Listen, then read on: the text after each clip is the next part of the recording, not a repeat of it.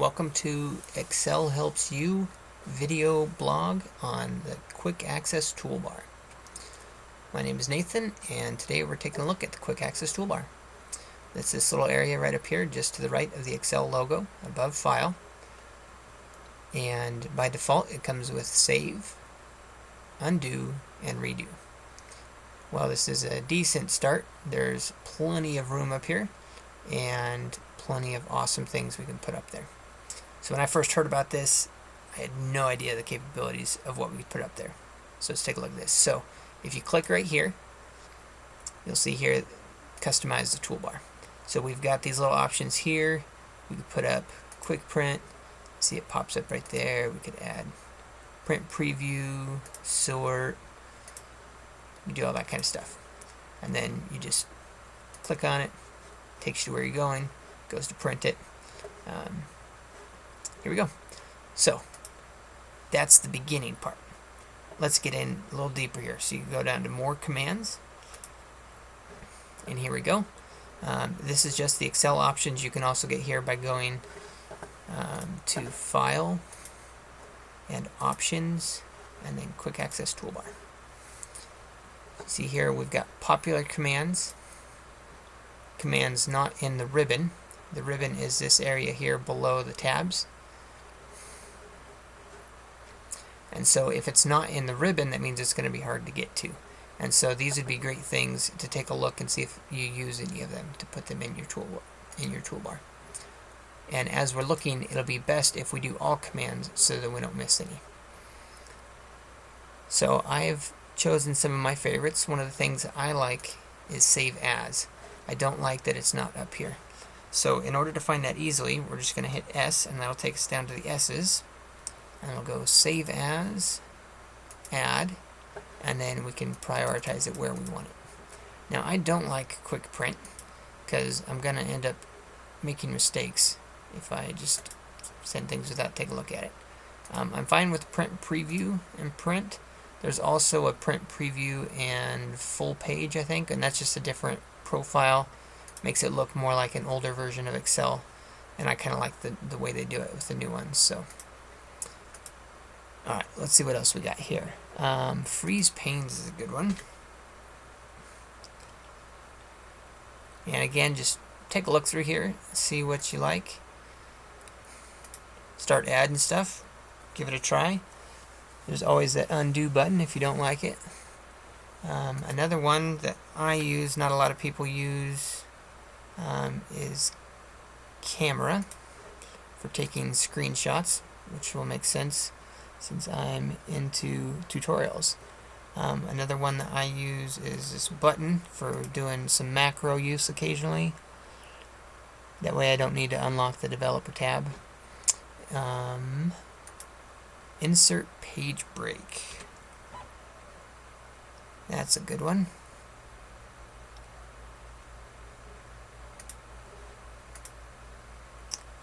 And then one of my favorites, Speak Cells. And we'll go through what some of these do here in a little bit once we get it set up the way we want it. There's a lot of S's here. Lots of good stuff. Slicers with pivot tables, sorting. Here we go. Speak cells. You can also do stop speaking cells, but I'll show you why that's not as necessary here in a little bit. Alright. Looks like a decent order there. Let's go take a look at it, see what it looks like. So now you'll notice up here our Quick Access Toolbar is much more full and ready to use. So one of my favorites here is Freeze Panes, which you also have available over here under View. Right here you have that stuff right here. But again, it's hard to remember which one of these tabs to put it on. So the way Freeze Panes works is you select the cell that you want everything to the left and above it to be frozen. So you see here I've got my column headings and my row headings, but right now when I scroll down I lose my column headings.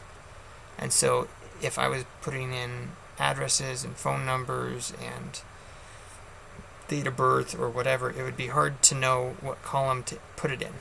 And so freeze panes can be really helpful because it can keep these columns. So up here, just to click the button, freeze panes, boom, there you go.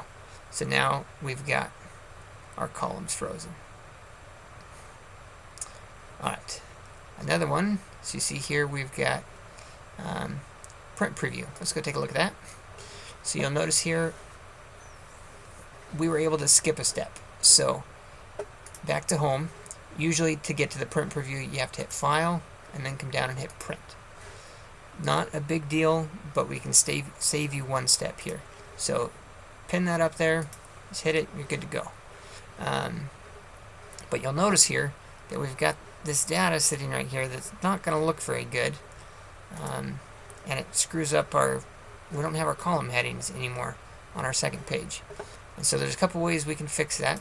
We could either come down here and insert, what is it, like 5 rows, insert, and move stuff down. But you run the risk of messing up your data, especially if you have stuff over here. So that's where insert page break comes in handy. So we just shifted that up here, and then we go back to our print preview, and it is shifted over to the second page without hurting your data.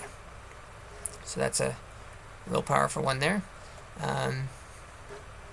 Just so you guys can see what it looks like, camera just takes a screenshot, and there it is there, and then it opens up this picture tools and formatting, and there's some cool stuff you can do here, 3D rotation, and just mess around with it and have a lot of fun. You can also paste it directly into Paint and do what you want to do with that. Button, again, that's macros, that's pretty involved.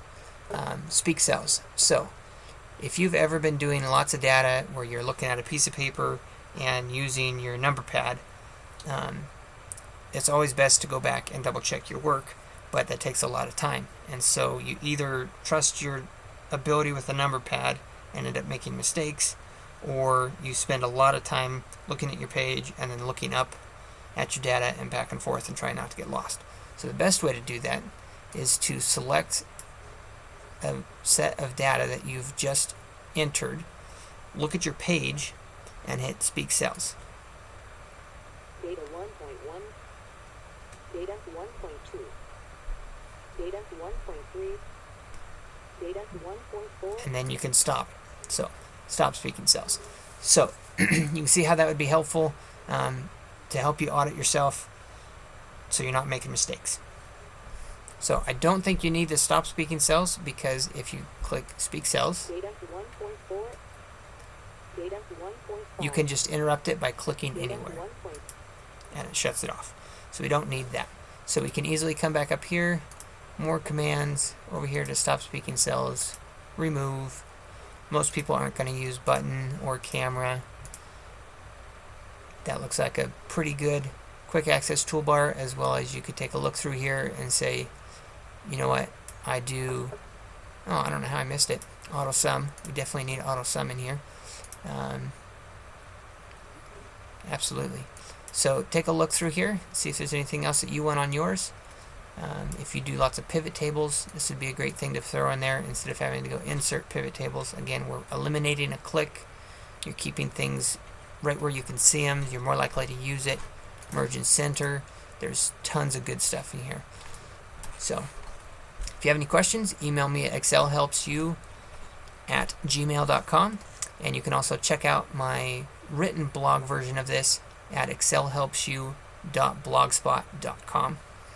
And you can check out my Etsy shop at www.etsy.com/shop/excelhelpsyou. Thanks, guys, and have a good day.